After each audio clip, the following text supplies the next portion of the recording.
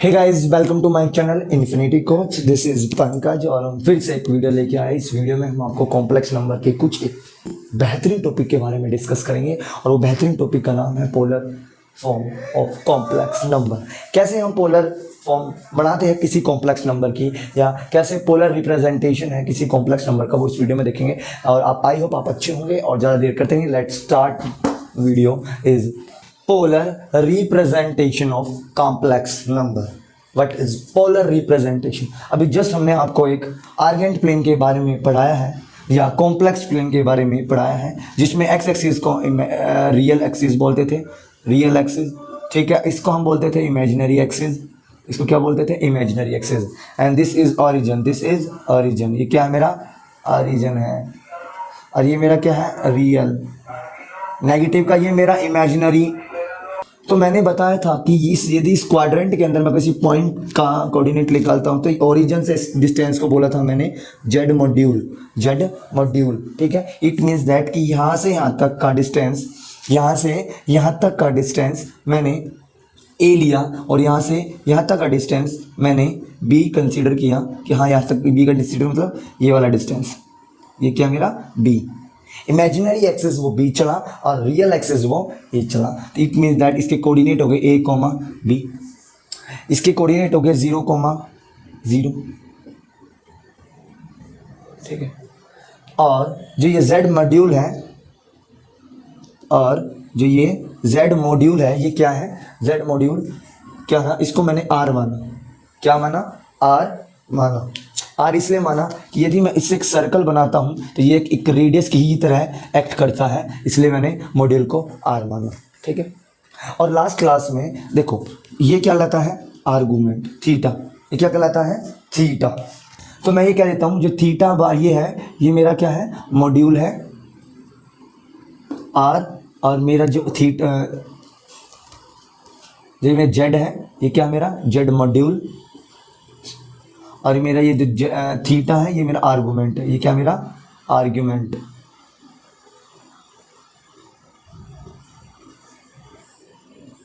क्या है, आर्गुमेंट है, ठीक है। तो ये जो मेरा थीटा है मेरा क्या है, आर्गुमेंट है, और जो मेरा ये है ये क्या मेरा मॉड्यूल। इसको मैं अभी ब्रार से भी रिप्रेजेंट करेंगे। तो आपने जैसे कि लोअर क्लासेस में 10th क्लास में आपने ट्रिग्नोमेट्री चैप्टर पढ़ा होगा, तो ट्रिग्नोमेट्री चैप्टर में आपने एक रिलेशन पढ़ा होगा कि पंडित के मतलब थीटा के सामने, थीटा मेरे लिए पंडित होता था, ठीक है। थीटा के सामने वाली परपेंडिकुलर साइड होती है, ये परपेंडिकुलर साइड होती है, और ये क्या होती है, बेस होता है। ये क्या होता है, बेस होता है, और ये क्या है, परपेंडिकुलर, और ये क्या होती है, हाइपोटेन्यूस, हाइपोजिस से बोलते हैं, ठीक है। तो हम ये जानते थे सर कि जो tan थीटा होता है, tan थीटा, जो tan थीटा होता है वो क्या होता था, परपेंडिकुलर अपॉन में बेस, परपेंडिकुलर अपॉन में बेस, ठीक है। इसको परपेंडिकुलर क्या मेरा बी है, परपेंडिकुलर क्या मेरा बी है। बेस कितना है मेरा, ए है। बेस कितना है मेरा, ए। क्या मैं इसे ये भी बोल सकता हूँ, is the imaginary part of Z is the real part of Z, ये भी बोल सकते हैं, हाँ या ना, ठीक है। ये भी बोल सकते हैं कि ये इमेजिनरी पार्ट है और ये क्या मेरा रियल पार्ट है। अंडरस्टैंड। आप अपने ये भी पढ़ा होगा कि साइन थीटा क्या होता था, साइन थीटा क्या होता था, साइन होता था परपेंडिकुलर अपॉन में हाइपोटेनस, परपेंडिकुलर अपॉन में हाइपोटेनस। छोटी छोटी चीज करवा रहा हूँ बिल्कुल आराम से, परपेंडिकुलर अपॉन में हाइपोटेनस। इसको बोलते थे कितना कितना है, परपेंडिकुलर कितना बेस, हाइपोटेनस कितना है आर, मतलब परपेंडिकुलर कितना बी, बेस मतलब बी, यहाँ पर एम सॉरी गलत बोल दिया, परपेंडिकुलर मतलब बी और बेस तो मतलब बेस ही है, ठीक है। हाइपोटेनस कितना है आर, जिसको हम बोलते हैं मॉड्यूल, ठीक है। आर भी बोल सकते हैं या मॉड्यूल भी बोल सकते हैं, इसको हम ऐसे भी लिख सकते हैं, ठीक है। आपने ये पढ़ा, ठीक है। तो यहाँ से मेरा एक रिलेशन ये आया कि मैं इसको लिख सकता हूँ sine theta B upon Z. इसका मैंने क्रॉस मल्टीप्लाई किया तो मैं इसको लिख सकता हूँ Z sine theta, Z module sine theta equals to B. First equation, ये मेरी फर्स्ट इक्वेशन। ऐसे ही मैंने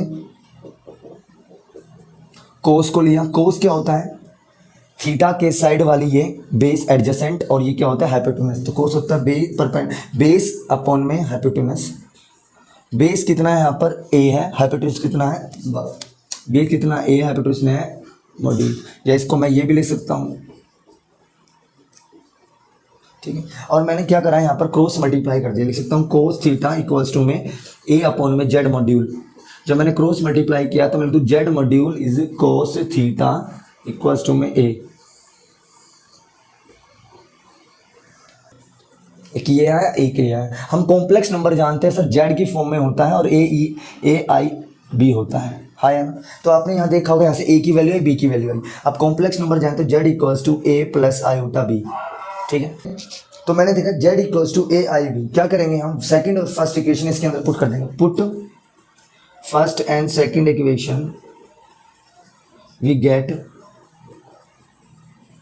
जब मैंने फर्स्ट एंड इक्वेशन अंदर पुट करी तो मैं यहाँ पुट करके दिखाता हूँ, देखना। z इक्वल्स टू में a plus iota B, it means that b की वैल्यू ये है, a की वैल्यू ये है। a की वैल्यू यहाँ पर डाली मैंने z मॉड्यूल या मॉड्यूल कोस थीटा, ठीक है, इक्वल्स प्लस i।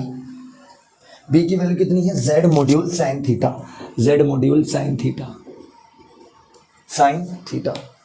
और ये क्या आ गया, z तो चल ही रहा अपना, z तो चल ही रहा है। क्या मैं इसको z मॉड्यूल को कॉमन ले लेता हूँ दोनों साइड से, तो cos theta plus iota sine theta, ठीक है। और z आप ऑब्जर्व कर पा रहे होंगे सर, z इक्वल्स टू ये, z इक्वल्स टू ये। और मैंने बताया था z मॉड्यूल को मैं r भी लिख सकता हूँ, इसको मैं r भी लिख सकता हूँ,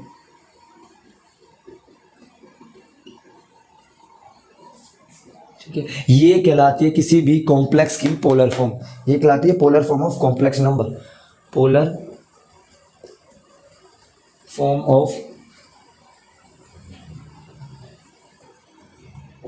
कॉम्प्लेक्स। ये क्या कहलाती है, polar form of complex number. किसी भी कॉम्प्लेक्स नंबर की पोलर फॉर्म ऐसे लिखी जाती है, किसी भी कॉम्प्लेक्स नंबर की पोलर फॉर्म ऐसे लिखी जाती है। आने वाले क्वेश्चन में आपको जो एक क्या नाम, वो आपको कॉम्प्लेक्स नंबर को गिवन देगा और आपसे पूछेगा इसकी पोलर फॉर्म लिखो, तो आपको इस फॉर्म में लिखनी होगी, ठीक है। एक स्टूडेंट कहने लग गया सर ये आर, ये जेड और ये थीटा क्या कहलाता है, इस थीटा को बोलते हैं, ये आर, जो आर होता है ये होता है मॉड्यूल, और ये क्या होता है आर्गूमेंट, ये क्या होता है हमारा आर्गूमेंट, ठीक है। इसको बोलते हैं A R G theta, theta ही बोल लो, ये A R G argument short form है इसकी, ठीक। किसी कॉम्प्लेक्स नंबर की पोलर फॉर्म ऐसे लिखी जाती है। वेरी वेरी इंपॉर्टेंट टॉपिक है 11th क्लास के लिए, ठीक है। तो इसके बाद हम ये जानेंगे कि इस कॉम्प्लेक्स नंबर जो पोलर फॉर्म है उसको कैसे सोल्व करेंगे और कैसे मतलब किसी भी कॉम्प्लेक्स नंबर को पोलर फॉर्म में चेंज करेंगे, और क्या क्या क्राइटेरिया, क्या क्या नए कॉन्सेप्ट, एक नया छोटा सा टॉपिक और इससे रिलेट करेगा जिसको हम अब जानेंगे। तो अभी हमने देखा किसी भी, यदि कोई भी कॉम्प्लेक्स नंबर दिया हुआ है z और इक्वल्स टू में a प्लस आयोटा b दिया हुआ हमें, तो जो ये आयोटा b दिया हुआ ये हमारा इमेजिनरी, ये रियल पार्ट, और ये पूरा कॉम्प्लेक्स नंबर को रिप्रेजेंट करता है। इसकी यदि हमें पोलर फॉर्म लिखनी है तो पोलर फॉर्म लिखने का तरीका मैंने अभी बताया था, इसका मॉड्यूल और कोस थीटा प्लस में आयोटा b की जगह साइन थीटा रिप्लेस करना है, ठीक है। और आप यहाँ ऑब्जर्व कर रहे होंगे कि जो ये है ये हमारा मॉड्यूल है, और इसका निकालने का तरीका ये होता है कि ये इमेजिनरी पार्ट और रियल पार्ट के स्क्वायर का सम, ये हमारा रियल पार्ट है, ये हमारा इमेजिनरी पार्ट है, तो इमेजिनरी पार्ट और रियल पार्ट के स्क्वायर का सम होता है हमारा मॉड्यूल। कभी अब इसको हम r से भी रिप्रेजेंट करते हैं, तो मैं इसको यहाँ लिख देता हूँ, इसको हम r से भी रिप्रेजेंट करते हैं। और ये इसकी दूसरी फॉर्म में हम यहाँ लिख के दिखा देता हूँ कि z इक्वल्स टू में r कोस थीटा प्लस आई साइन थीटा। कंफ्यूज मत होना कि ये क्या है, और जो ये थीटा है, ये हमारा आर्गूमेंट। और एक बात याद करना, इसको एम्पलीट्यूड भी बोलते हैं, एम्पलीट्यूड, कंफ्यूज मत होना। और इसकी जो शॉर्ट फॉर्म बोलते हैं argument amplitude of complex number that is Z, क्योंकि जेड है हमारा, ठीक है। आर्गूमेंट को ए आर जी और जेड, ये शॉर्ट फॉर्म होती है आर्गूमेंट की। ये ए आर जेड लिखो, खाली ऐसे लिख दो ए आर जेड, तो ये कहते हैं argument of complex number. Argument angle को रिप्रेजेंट किया था। अब इसी एंगल के हिसाब से इस कॉम्प्लेक्स नंबर के प्रिंसिपल और उसके बारे में गाइस, तो अब देखें कि आर्गूमेंट, तो ये आर्गूमेंट जो ये इक्वेशन है ना, इसके मैनी सॉल्यूशन है। देखो ये इक्वेशन बने, इसके क्या है, मैनी सॉल्यूशंस। तो इसके बहुत सारे सॉल्यूशंस हैं, तो हर सारे सॉल्यूशन को तो देखा जाएगा नहीं। आर्गूमेंट, तो ये क्या आर्गूमेंट, तो आर्गूमेंट हर सॉल्यूशन डिपेंड करता है थीटा पे, क्योंकि हमने ग्राफ बनाया ये अभी तक, किसके मैंने ये देखा कि ये कितना था आर्गूमेंट, और ये होता है अपना मॉड्यूल, और ये डिस्टेंस होता है, ठीक है। और ये कोऑर्डिनेट है a, b, ये मेरा a है और ये मेरा b है, ये आपने पढ़ा था। तो ये मेरा आर्गूमेंट है। अब ये यहाँ है एक क्वाड्रेंट, यहाँ भी होगा ही, जब ये यहाँ पर होगा तो ये थीटा होगा, इसको बोलते हैं हम थीटा। तो यहाँ से यहाँ तक इसको बोलते हैं हम, आपने छोटी क्लास में मतलब कि पढ़ा होगा कि इसको बोलते हैं 0 डिग्री, इसको बोलते हैं 90 degree, lower standard 10th class में पढ़ा होगा। इसको बोलते हैं 180 डिग्री, इसको बोलते हैं 270 डिग्री। बट ये डिग्री में, बट ये क्या है डिग्री में, हमें क्या करना है रेडियन में। तो 2 यूनिट होती है, देख ला 2 यूनिट होती है किसकी, एंगल की, एक होता है रेडियन डिग्री और एक होता है रेडियन। और जिस तरह सेंटीमीटर मीटर का एक रिलेशन होता है, इसका रिलेशन होता है 180 डिग्री हमेशा पाई के बराबर होती है, या पाई 180 के बराबर होता है। तो आपको डिग्री से रेडियन में जाना है तो ये यूज़ करें, और रेडियन से डिग्री में जाना है तो ये यूज़ करें। तो सेम कहानी है कि यदि मैं 0 डिग्री है तो मेरा क्या होगा, 0 रेडियन ही होगा, ठीक है। यदि मैं 90 डिग्री है तो जानते हैं 180 डिग्री कितने के बराबर है, पाई के बराबर है। तो 1 डिग्री कितने का, पाई बाई 180 आया नहीं, पाई बाई 180। देखो ना, यदि मेरा 180 डिग्री किसके बराबर है, 90 के बराबर है, तो 190 डिग्री कितना हो गया, पाई बाई 180 इंटू 90 डिग्री। तो ये इससे कटा तो आंसर विल बी 2 और पाई बाई 2। तो कितना आ गया, इसको रेडियन में क्या करेंगे, पाई बाई 2 बोलेंगे। तो हमें सिर्फ 11th क्लास में हमें डिग्री में कम बात करनी होती है, रेडियन में ज़्यादा। ये एंगल है, ये एंगल को बताता है, क्या बताता है, एंगल को रेडियन में। और ये कितना होता है, ये तो पाई होता है, और ये निकाल लेते हैं 270 क्या करता है, देखो नहीं पता तो मैं समझाता हूँ। देखो पाई 180 पाई के बराबर होता है, तो एक किसके बराबर होगा, एक पाई बाई 180, तो 270 किसके बराबर हो, 270 पाई बाई 180 इंटू 270। 0 से 0 गया, ये 2 पे गया, ये 3 पे गया, किस पे गया, 3 पे, 3 pi by 2, 3 pi by 2, okay. तो ये कितना, 3 पाई बाई 2, और ये यहाँ पर जो पूरा घूम के आया था ये कितना हो गया, 2 पाई। 2 पाई का मतलब होता है 180, नहीं 360। 2 पाई का मतलब होता है 360 का मतलब 2 पाई। जब पूरा एक घूम के आ जाता है तो 2 पाई बनाता है। आपको ये ट्रिग्नोमेट्री चैप्टर में आपको पढ़ने को मिलेगा। ये यहाँ पर हम प्रिंसिपल आर्गूमेंट के बारे में जानेंगे। प्रिंसिपल आर्गूमेंट क्या होता है, प्रिंसिपल आर्गूमेंट या एम्पलीट्यूड क्या होता है। जब मेरा आर्गूमेंट क्या था, थीटा, है ना। जब मेरा आर्गूमेंट पाई के बराबर हो, पाई से छोटा हो, और माइनस पाई से क्या हो, बड़ा हो। जब मेरा आर्गूमेंट, अब पाई का मतलब पाई से ऐसे, यदि ये कंडीशन है उसके अंदर, यदि ये कंडीशन है जो मेरा आर्गूमेंट है वो पाई से छोटा हो, आर्गूमेंट पाई से छोटा हो और उससे बराबर हो, पाई से छोटा और उससे बराबर हो, माइनस पाई से बड़ा हो, बराबर ना हो, माइनस पाई से बड़ा हो, तो उस दौरान मेरा जो आर्गूमेंट कहलाता है वो प्रिंसिपल आर्गूमेंट कहलाता है। यदि मेरा आर्गूमेंट इसके बीच में लाई करता है, देखो मेरा आर्गूमेंट इस एंगल के बीच में लाई करता है, किसके बीच में, माइनस पाई से लेके पॉजिटिव पाई, माइनस पाई से लेके पॉजिटिव, माइनस पाई के बीच में और पॉजिटिव। इसका मतलब क्या सर, माइनस का मतलब देखो सुनो, मेरा थीटा है वो पाई से क्या होना चाहिए, बराबर हो सकता है पाई के, उससे छोटा हो सकता है, बराबर हो सकता है उससे छोटा। तो देखो आप एक बार मैं इसको रब करता हूँ, देखो मेरा ये क्या होता है, 0 डिग्री, रेडियन में 0 होता है, 0 रेडियन, ये होता है पाई बाई 2 और ये होता है पाई। अब मैंने बोला जो मेरा एंगल है, एंगल तो यही होता है आर्गूमेंट, तो जो मेरा आर्गूमेंट है वो पाई से छोटा है और उसके बराबर हो सकता है, पाई से छोटा हो सकता है और उसके बराबर। तो जो ये आर्गूमेंट है, देखो पाई इससे छोटा है ना, ये कितना एंगल है, पाई, लेकिन ये तो छोटा है ना, हाँ बिल्कुल छोटा है, और इतना भी हो सकता है, इतना भी, क्या ये छोटा है, क्या ये वाला पाई, क्या ये वाला पाई, क्या पाई 2 छोटा है पाई से, मैं कहा हाँ बिल्कुल छोटा है, इस क्वाड्रेंट में इससे ऊपर तो छोटा तो होगा, है ना, पाई से बिल्कुल छोटा है तो छोटा तो होगा। तो आंसर विल बी क्या होगा, तो उस दौरान जो मेरे ये थीटा होंगे, ये थीटा आर्गूमेंट, मतलब ये जो आर्गूमेंट होके जड़ के ये मेरे क्या कहलाएंगे, प्रिंसिपल आर्गूमेंट, क्या कहलाएंगे, प्रिंसिपल आर्गूमेंट, ठीक है, ऑफ कॉम्प्लेक्स नंबर जेड, ये मेरा प्रिंसिपल आर्गूमेंट कहलाएंगे। इसलिए मैंने बोला मेरा थीटा से छोटा होना चाहिए, बट थीटा किससे बड़ा होना चाहिए, माइनस पाई से। माइनस पाई का मतलब क्या होगा कि माइनस पाई से मेरा थीटा होना चाहिए, तो क्या होगा, ऐसे यदि मैं ऐसे जाता हूँ क्या सॉरी क्लॉकवाइज डायरेक्शन में जाता हूँ तो मेरा जो थीटा होगा वो नेगेटिव आएगा। तो थीटा है जो भी ये एंगल है ये नेगेटिव में है, ठीक है। और इसका मतलब ये भी मेरे लिए नेगेटिव हो जाएगा यदि नेगेटिव में जा रहा हूँ। तो इस क्वाड्रेंट में ये भी नेगेटिव, और मान लो ये है, मान लो ये है, तो ये भी मेरे लिए क्या आ जाएगा नेगेटिव आ जाएगा। ये कितना हो गया माइनस थीटा 2, थीटा 1 और थीटा 2। क्या थीटा 1 थीटा 2 माइनस पाई से बड़ा है? बिल्कुल माइनस नहीं है, बल्कि क्या हम उल्टा ले रहे हैं ना।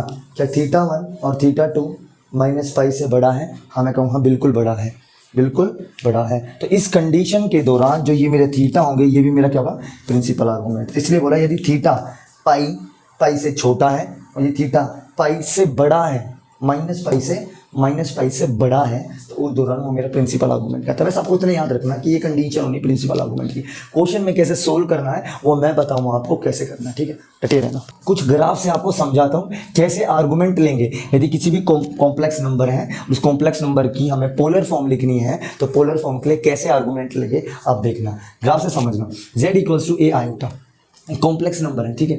अब दो केस हो सकते हैं। पहला केस, पहले 4 केस है। पहला केस ए बड़ा हो सकता है 0 से, ठीक है। ए 0 से बड़ा होगा और बी भी 0 से बड़ा होगा। पहली कंडीशन ये है कि भाई साहब ये दोनों 0 से बड़े होंगे। मेरे मन में विचार है हाँ भाई बिल्कुल सर दोनों 0 से बड़े होंगे। कैसे करेंगे? जब दोनों 0 से बड़े हैं तो इसका मतलब मेरा रियल पार्ट और इमेजिनरी पार्ट, ध्यान से सुनो, रियल पार्ट और इमेजिनरी पार्ट 0 से बड़े हैं, इसका मतलब पॉजिटिव है। अच्छा पॉजिटिव होता है तो कौन सा क्वाड्रेंट होता है?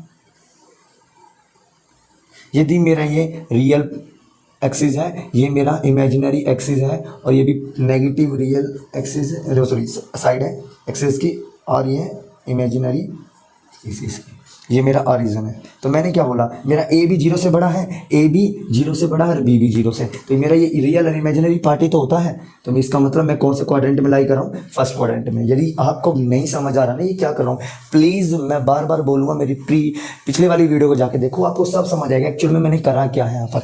ये आसान नहीं है, थोड़ा सा मुश्किल है। देखो मैं डायरेक्ट इसको करवा देता लेकिन आपको दिक्कत आएगी बाद में क्वेश्चन अटेम्प्ट करने में। एक बार समझ लो आराम से समझ आ जाएगा। इट मीन्स दैट कि जो ये जो कोऑर्डिनेट है, इसका मतलब जो इसके जो ऑर्डर पेयर है, ये जो ऑर्डर पेयर है ये कौन से क्वाड्रेंट में लाई करेगा? Lies in second, sorry in first quadrant. तो फर्स्ट क्वाड्रेंट में लाई करेगा। मैंने फर्स्ट क्वाड्रेंट में यहाँ पर पॉइंट लगाया, ये फर्स्ट क्वाड्रेंट में लाई करेगा। ये पॉइंट है ए कोमा बी, ये मेरा रियल है, ये मेरा इमेजिनरी है।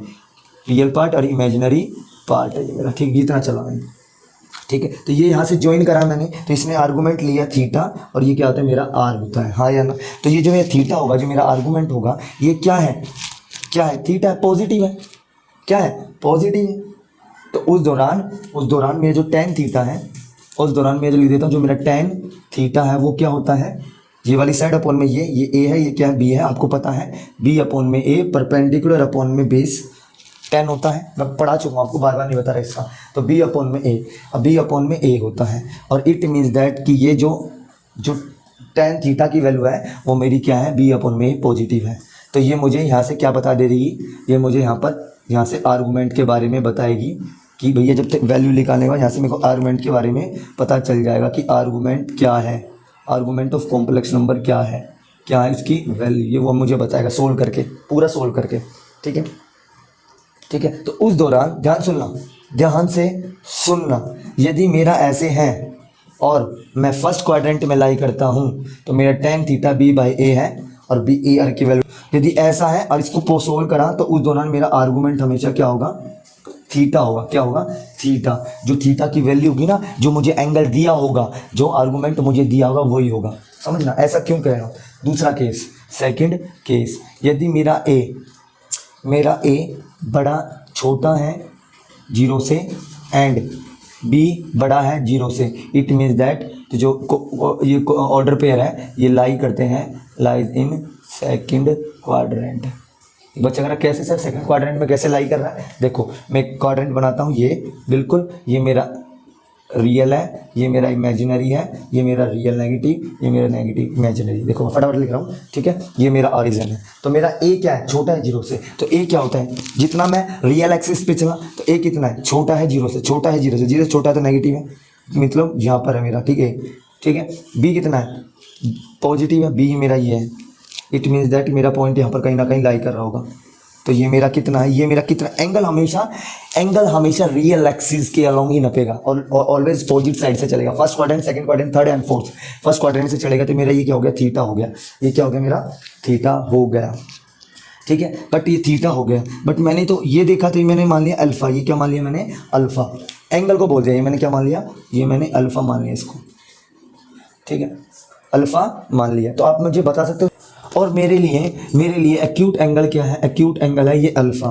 तो मैं क्या दूंगा कि मेरे लिए एक्यूट एंगल क्या है, ये अल्फा। तो मैं क्या लिखूंगा, tan alpha equals to b by a और ऐसे ब्रैकेट, ठीक है। बट मुझे तो आर्गूमेंट क्या होगा, थीटा से। तो इस दौरान जब ऐसा हो तो इस दौरान और सेकंड क्वाड्रेंट में लाई करें तो उस दौरान जो मेरा आर्गूमेंट है, argument of Z, argument Z is क्या होगा, वो मेरा क्या होगा, क्या करेंगे, क्या होगा, अल्फा में 180 में से 180 मतलब पाई माइनस अल्फा, वो मेरा थीटा हो जाएगा। सोच के देखो ना, ये पूरा कितना है, पाई में से अल्फा गया तो मेरा क्या होगा, थीटा बच गया। तो मैं क्या करूँगा, क्या आएगा, pi minus alpha. Complex number है, वो सेकंड क्वाड्रेंट में लाइक कर रहा है और उस दौरान अल्फा ये है। तो मेरा आर्गूमेंट क्या होगा, 180 माइनस अल्फा। आर्गूमेंट की वैल्यू ये आएगी, सीधा ये कॉम्प्लेक्स नंबर जो हम वो बनाएंगे पोलर फॉर्म, उसके अंदर पुट कर देना। इट मीन्स थीटा की वैल्यू क्या आ गई, ये आ गई, ठीक है। ऐसे ही एक बार यहाँ पर समझा, ऐसे ही मेरा ए भी छोटा है जीरो से और बी भी छोटा है जीरो से, ए भी छोटा है जीरो से एंड बी भी छोटा है जीरो से। इट मीन्स दैट, तो मेरा कौन सा क्वाड्रेंट में लाई करेगा, ये लाइज इन थर्ड क्वाड्रेंट। कैसे, ध्यान से देना। मैंने क्या करा, ये मेरा एक्सिस है, ये रियल है, ये मेरा इमेजिनरी है, ये माइनस रियल है, माइनस इमेजिनरी है, मेरा ओरिजिन है, ठीक। मैंने कहा कि ए क्या होता है, रियल एक्सिस पर जितना चल रहा है, बी इमेजिनरी एक्सिस पर जितना है, ए लेकिन जीरो से छोटा है, जीरो से छोटा तो नेगेटिव होता है ना, जीरो छोटा नेगेटिव वैल्यू होती है। तो मेरा ए यहाँ तक चला होगा, बी यहाँ तक चला होगा, तो मेरा पॉइंट क्या हो गया, ये। इट मीन्स हमेशा ऐसे नपेगा या ऐसे नपेगा, ये यहाँ से नापा मैंने, ठीक, यहाँ से नापा। तो मेरे लिए ये क्या हो गया, ये तो मेरे लिए एक्चुअल में थीटा है, मेरे लिए ये क्या है, एक्चुअल में थीटा, ये मेरे लिए अल्फा है, ये मैंने क्या चला, अल्फा चला, और ये मेरे लिए क्या है, थीटा है। नॉर्मल बात है। बट हम उल्टा चल रहे हैं तो नेगेटिव साइन आएगा, सुनना ध्यान से। तो उस दौरान मेरा tan है, जो वो tan है, tan अल्फा वो क्या मेरा बी बाई ए कितना है, बी बाई ए। इसको ऐसे ब्रैकेट में बंद कर दिया मैंने। जब बी बाई ए है तो उस दौरान मेरा जो आर्गूमेंट है वो क्या है, आर्गूमेंट ऑफ जेड, ठीक है। आर्गूमेंट ऑफ जेड, इसको हम थीटा बोलते हैं। वो थीटा क्या है, मेरा थीटा क्या है, ये तो पूरा कितना है, 180, इसको बोलते हैं पाई। पूरा कितना है, पाई। तो पाई में से यदि मैं माइनस अल्फा कर दूं तो मेरा थीटा आ जाना है। लेकिन मैं नेगेटिव में जा रहा हूँ, इसलिए नेगेटिव लगा देंगे यहाँ पर। तो मेरा जो आर्गूमेंट है वो कितना है, माइनस पाई माइनस अल्फा।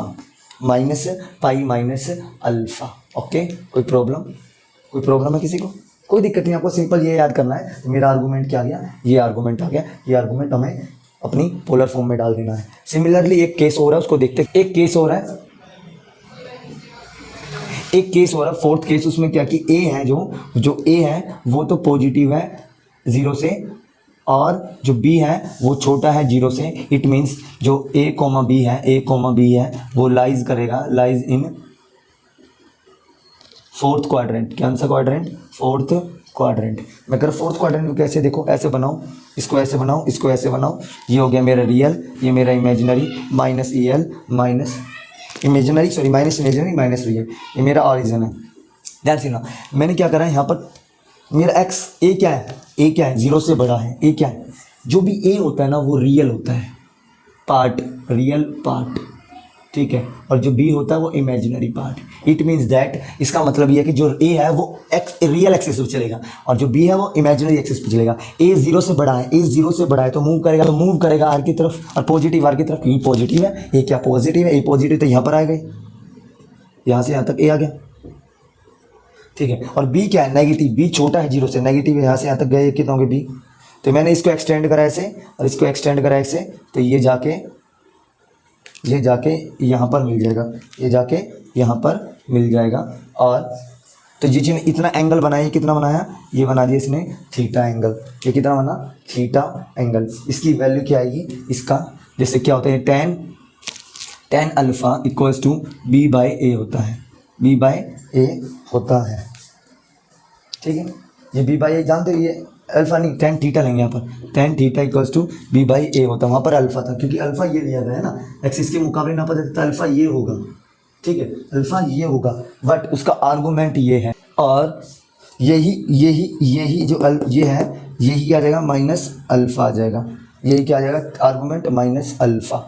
तो यहाँ पर मैं अल्फ़ा लिखूँ या ना लिखूँ बात एक, तो मैंने यहाँ पर अल्फ़ा लिखा, और अल्फ़ा लिखा तो मेरा जो आर्गूमेंट है, आर्गूमेंट ऑफ जेड है वो क्या आ जाएगा थीटा, और थीटा हमेशा माइनस का अल्फ़ा होगा। तो जो भी मेरा ये एंगल होगा वो माइनस का होगा। एक क्वेश्चन समझाता हूँ इससे रिलेटेड, आप आराम से समझ जाएंगे, लेकिन इसका एक चार्ट बनवा देता हूँ। वो चार्ट देखो क्या, फर्स्ट है calculate the acute angle, acute angle मतलब अल्फ़ा, ठीक है। तो tan अल्फ़ा क्या होता है, b बाई ए, ठीक है, ये सबको पता है।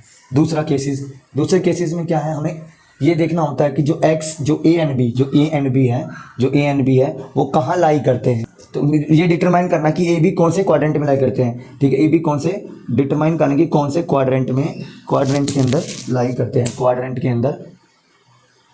कौन से क्वाड्रेंट के अंदर लाई करते हैं, डिटरमाइन करते हैं। कि मान लो P है, P के ए कोमा बी है, ये कौन से पॉइंट कौन से क्वाड्रेंट के अंदर लाई करता है, डिटरमाइन करना है। तो A, मान ले कि जो A है और B है, जो P है is lie in first quadrant, पहले क्वाड्रेंट में लाई करता है, तो उस दौरान मेरा जो आर्गूमेंट है या थीटा है वो हमेशा क्या आएगा, हमेशा अल्फ़ा आएगा, हमेशा अल्फ़ा ही आएगा, जो अल्फ़ा है एक्यूट एंगल है। सिमिलरली यदि P मेरा सेकंड क्वाड्रेंट में लाई करता है, इज लाई इन, अभी मैंने जो ग्राफ बनवाया ना उसका ही मैं शॉर्ट फॉर्म लिख रहा हूँ, ठीक है। वो लाई करता है तो मेरा जो आर्गूमेंट आएगा वो क्या आएगा, थीटा, वो क्या आएगा 90 माइनस अल्फ़ा, जो मतलब 90 नहीं, पाई माइनस अल्फ़ा, क्या आएगा पाई माइनस अल्फ़ा, पाई क्या 180 माइनस अल्फ़ा मेरा आर्गूमेंट आएगा। यदि मैं सी केस में देखूं, पी मेरा थर्ड क्वाड्रेंट में लाई करता है, is lie in third quadrant, तो उस दौरान तो मेरा जो आर्गूमेंट है जेड और जो मेरा थीटा है वो हमेशा क्या करेगा मेरा माइनस पाई माइनस अल्फ़ा, जो भी एंगल है 180 में से उसको पाई माइनस करेंगे, जो मेरा एक्यूट एंगल है उसके आगे माइनस लगा देंगे, तो वो मेरा आर्गूमेंट आ जाएगा। सिंपल सा, the A comma B is lies in fourth quadrant, तो उस दौरान मेरा जो आर्गूमेंट है वो जेड और थीटा क्या जाएगा अल्फ़ा माइनस अल्फ़ा के, तो जो मेरा एक्यूट एंगल है वो माइनस आ जाएगा, ठीक है। तो यहाँ पर जो मेरे सॉल्यूशन लिख लेंगे, जो ये मेरे सारे जो ये होंगे, ये प्रिंसिपल आर्गूमेंट है मेरे, ये क्या है प्रिंसिपल आर्गूमेंट है कि जो कि थीटा छोटा है पाई से और बड़ा है माइनस पाई से। ये चीज़ हमेशा याद करना, वेरी इंपॉर्टेंट, ये वो बहुत इंपॉर्टेंट है। क्वेश्चन इससे रिलेटेड मैं आपको करवा देता हूँ। हमें इसकी पोलर फॉर्म बनानी है, क्या बनानी है, polar form. Sir polar form क्या होती है, सर पोलर फॉर्म होती है यदि किसी भी कॉम्प्लेक्स नंबर का पोलर फॉर्म निकालनी है तो कुछ नहीं करना, उसका मॉड्यूल निकालो, आर निकालो, उसका मॉड्यूल निकालो, ब्रैकेट में cos theta, it means argument, plus में आयोटा साइन थीटा। हमारा मेन गेम क्या होता है, ध्यान से सुनना।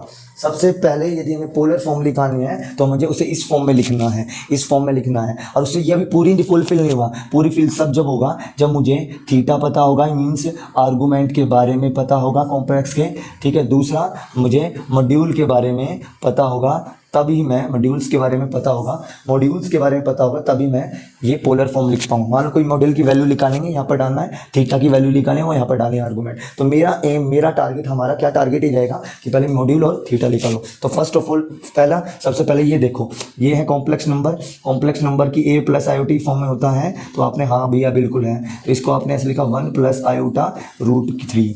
आपने ऐसे पढ़ा है बिल्कुल? मैं कह रहा हाँ सर बिल्कुल ऐसा पढ़ा है। आपने एक चीज़ देखी होगी, ये क्या ए है, ये क्या है, बी है। It means that complex number का जो मॉड्यूल निकालना आता था वो क्या होता था, अंडर रूट ए का स्क्वायर प्लस बी का स्क्वायर। हाँ या ना था ये पहली क्लास से पढ़ाता आ रहा हूँ। तो कैसे निकालेंगे, ए की वैल्यू कितनी है 1, 1 का स्क्वायर, बी की वैल्यू कितनी है रूट 3, 3 का स्क्वायर।